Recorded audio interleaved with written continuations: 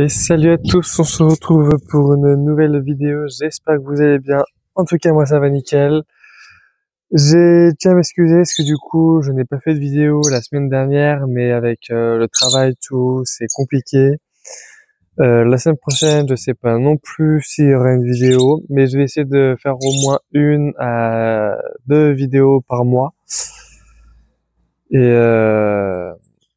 Et au moins, je sais qu'il y aura du contenu, tout, et plein de trucs auront changé. Là, on se retrouve pour une nouvelle vidéo de nouvelles de l'élevage, de gros changements. Et du coup, voilà, c'est parti, hein. Alors, on va commencer par les clapiers. Alors, les clapiers, c'est comme ça. Alors, on a Tic qui est en train de couver 12 œufs.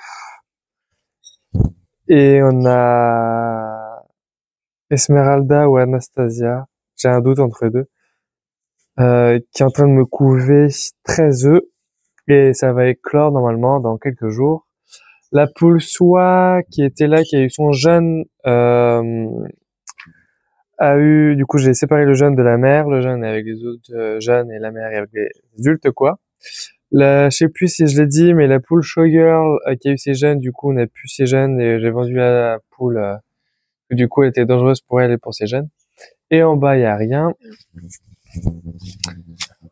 Ensuite les plantes on verra ça plus tard. Alors on va aller là-dedans. Alors là ce sont tous les jeunes. Alors le plus grand que vous allez voir, voilà celui-là là, c'est le bébé de la showgirl. Et du coup il reste tout ça en jeune. Il n'y a aucun mort. Avec du coup abreuvoir, mangeoire. Et du coup ils boivent aussi là-dedans. Et bien sûr il y a 2 lampes chauffantes. Et après là ils se sont tous tassés franchement à un endroit, mais il y a encore la place hein, pour tous les jeunes. Et les plus vieux, je les ai mis ici. Voilà. Ils sont là. Hop, du coup, toujours pas de mort. Alors je les ai séparés parce que sinon ça faisait trop petit. Et il n'y a pas eu de mort. Hein. C'est que j'ai toujours pas eu de mort dans les jeunes. Et du coup c'est juste séparé parce que du coup manque de place quoi. Ensuite, ben là, c'est toujours le bordel. Ici, de toute façon, ça changera pas. Là, c'est pareil, hein, l'alimentation. Miette à poussin, je sais pas si je l'avais montré. Attends, je vais mettre le flash. Hop. Voilà, la miette à poussin. Hop, là, c'est vide. Là-dedans, il y a du blé. Là, il y a du blé. Là, après, c'est les tapettes à rats et voilà, quoi. Hop, là. Ici, on retrouve le box des jeunes canards. Le box est ça, il faut juste que je paille. Avec du coup la mangeoire qui est dedans, que je remplis tous les matins. Je leur donne un demi-litre, parce que du coup, le nombre de canards a quand même diminué un peu. Hop là.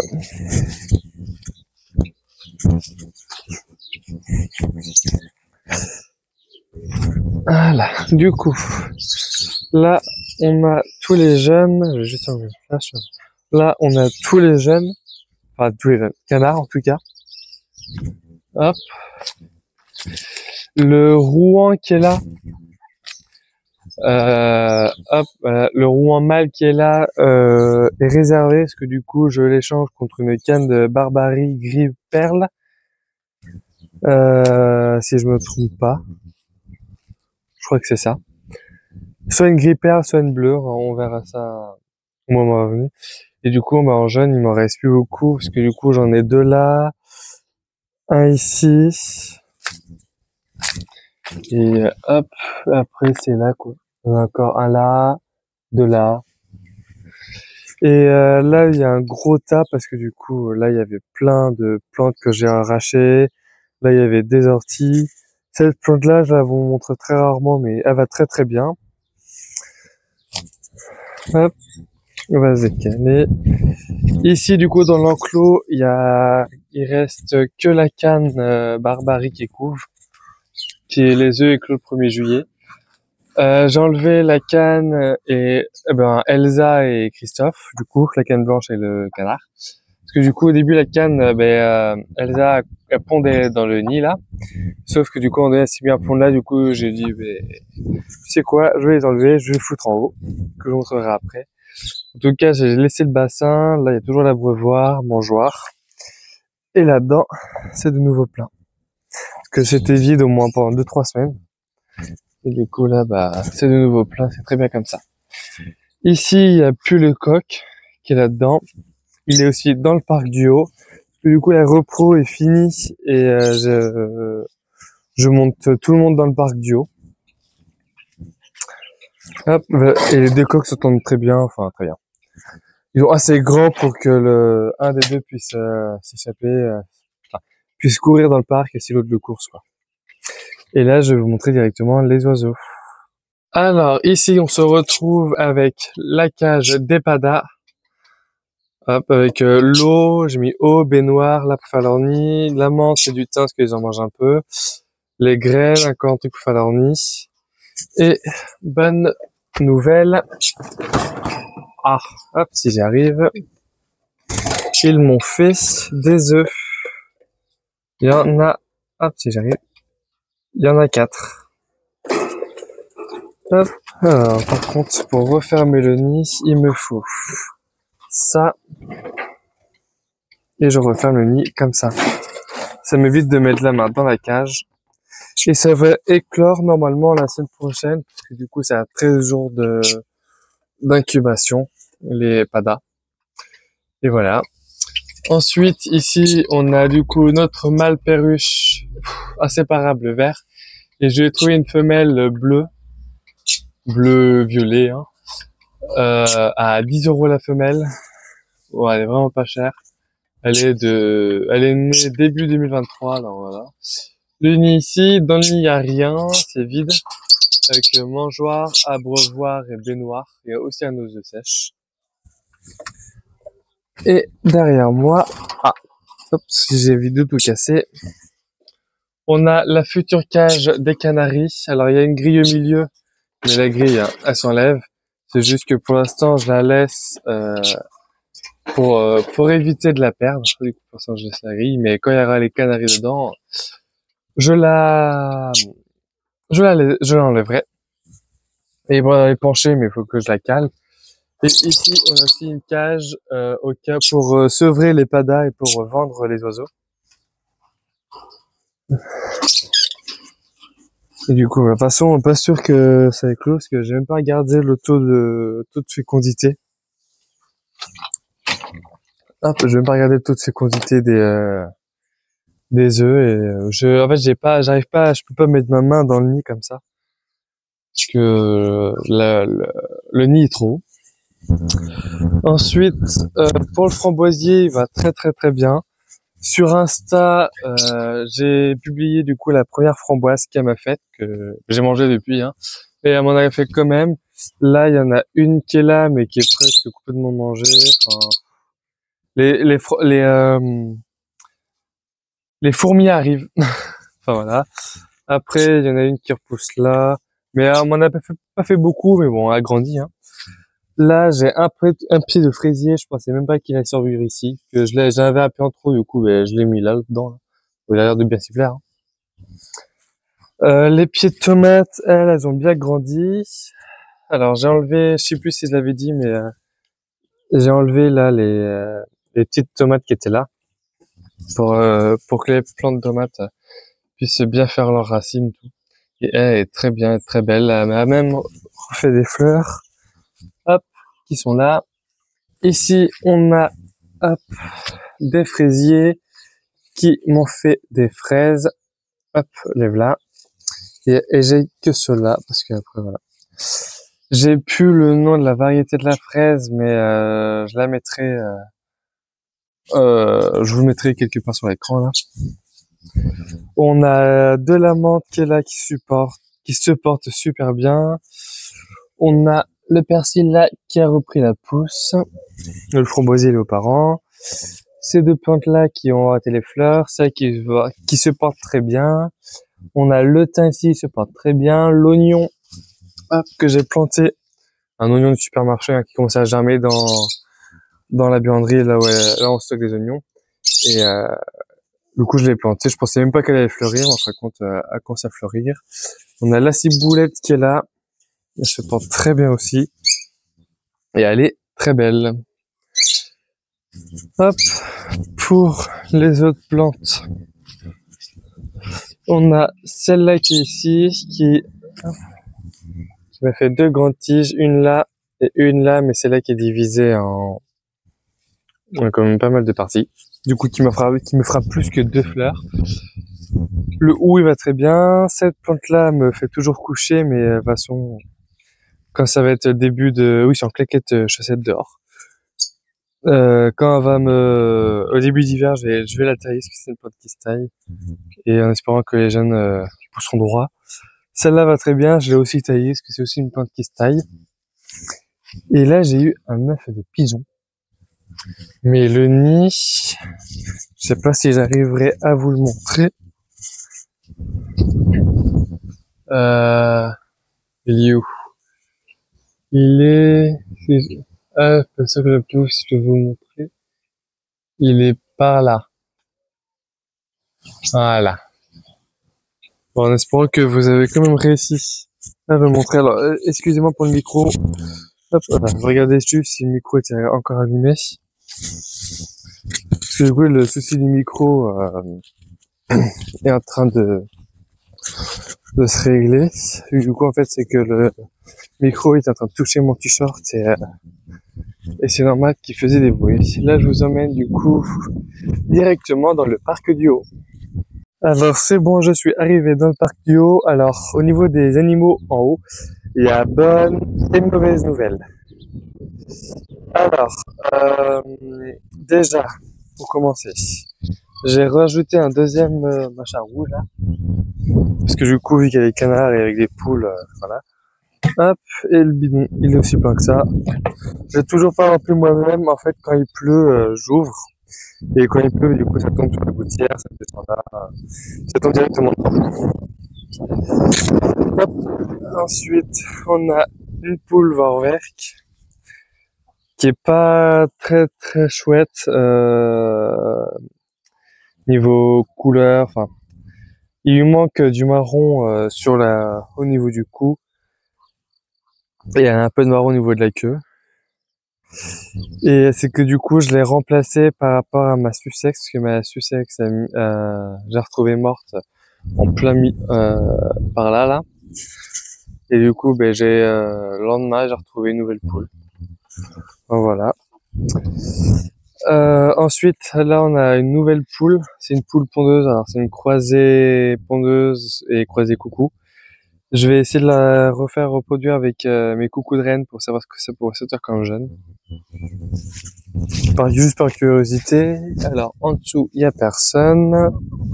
Et vous savez, j'ai mis les cannes, enfin les canards en haut. Hein. Mes soies, elles sont là. Hop, toujours sont tous les deux. Hein.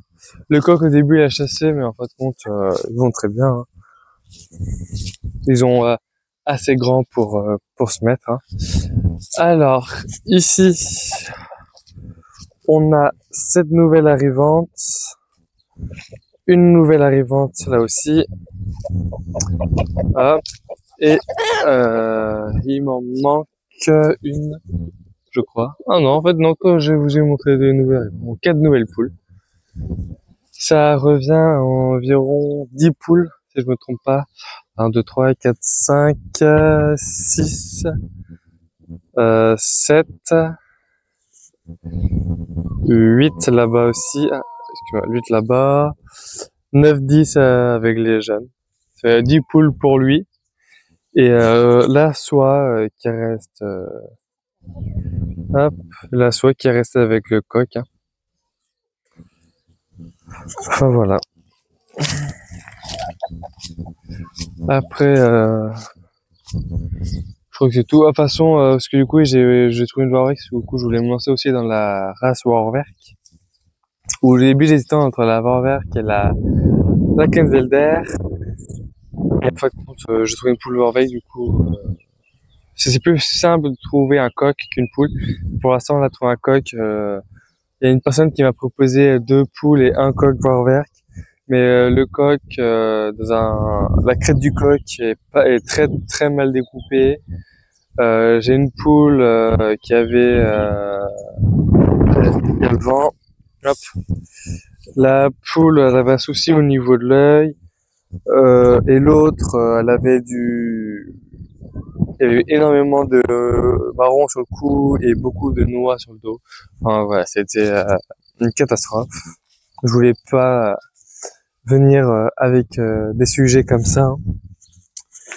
Au niveau des pondoirs, alors on a des œufs là. Oh. Alors on a des œufs là, ici et ici là. Et la canne du coup elle a pondu ce matin ici. Voilà. Hop. Et après si j'ai retendu aussi le parc parce que du coup sinon ça va faire encore trop haut. La butte je vais la laisser pousser parce que là pour l'instant ça va. Mais pour ceux qui me suivent depuis un moment quand même, ils savent que la butte était bien haute. Et du coup, là, quand elle retournera bien haute, je la recouperai. Mais là, pour l'instant, je l'ai pas recoupée. Voilà, je vais attendre que ça soit encore bien haute et je la recouperai. Enfin, voilà. J'ai vu que j'ai rajouté quand même 4 poules et non, 5 poules avec celle-là, un coq, un canard, une canne. Je pense que là, au niveau de l'herbe, ça va commencer à bien manger. En comptant que les 2 poules qui couvent en bas, quand elles auront plus les jeunes, elles vont rejoindre. La canne, c'est pareil, quand elle aura plus ses jeunes, elle va rejoindre en haut. J'ai aussi une nouvelle canne, du coup, qui arrive la semaine prochaine, la grise, là, qui arrive lundi. Là, je tourne samedi, du coup, elle va arriver dans 2 jours, hein. C'est une personne qui vient, du coup, quand je vous ai expliqué, échanger avec le canard, quoi. Mais la canne, du coup, elle montera directement en haut. Enfin, elle passera quand même une semaine, 15 jours en quarantaine pour pas prendre le risque qu'elle a une maladie et autres. Il y en a qui me disent, ouais, il y a pas de dos pour les canards, tout. Les canards de Barbarie, l'avantage avec eux, c'est que du coup, c'est bien le seul canard avec le mulard, les seuls canards qui n'ont pas forcément besoin d'eau. Canard de ferme, comme ça, c'est très bien. Après, si vous prenez des colverts ou des colverts ou autres petits canards comme ça, là où ils ont besoin d'eau, enfin voilà, même les oies ont besoin d'eau. Si la personne qui vient m'apporter, il veut faire l'échange avec moi entre la canne Barbarie et le petit jeune canard là, au début, il voulait proposer contre des oies. Sauf que le problème, tout le monde que j'ai en haut, enfin tout le beau petit monde, rentre dans la petite cabane. Mais si je mets des oies, il y a des chances que du coup, ça ne rentrera plus. Déjà là, les poules se perchent, du coup au niveau du sol, ça va. Mais bon, j'en rajouterai pas plus, quoi. Les oies, je vais attendre, c'est prévu que je reprenne des oies. Je voudrais reprendre des oies. Mais j'attends que la cabane des chèvres et des moutons, parce que du coup, ma mère voudrait des chèvres et des moutons. Et je vais attendre que leur cabane soit faite, et là, je reprendrai des oies. Mais faut aussi qu'on fasse de la clôture, parce que là, la clôture que j'ai, hein, elle est pas du tout adaptée pour des chèvres et des moutons. Les chèvres et les moutons, on va réussir à enlever ça au bout de 10 minutes. Les poteaux sont plantés de quoi à 15 cm, 20 grand max. Le grillage est posé dessus. Hop, il est même pas vraiment fixé. Il tient parce que du coup, là, c'est comme ça. Il y a juste celui-là qui est à travers, mais sinon le reste, enfin voilà quoi. Ça tient, moi je me dis que c'est des poules, hein, c'est pas des chèvres, enfin, ils vont pas se lancer sur la clôture. Enfin voilà, du coup sur ça, je vais vous laisser sur ces images. J'espère que la vidéo vous aura plu. N'hésitez pas à vous abonner, liker et commenter. Et moi je vous dis à la prochaine. Salut!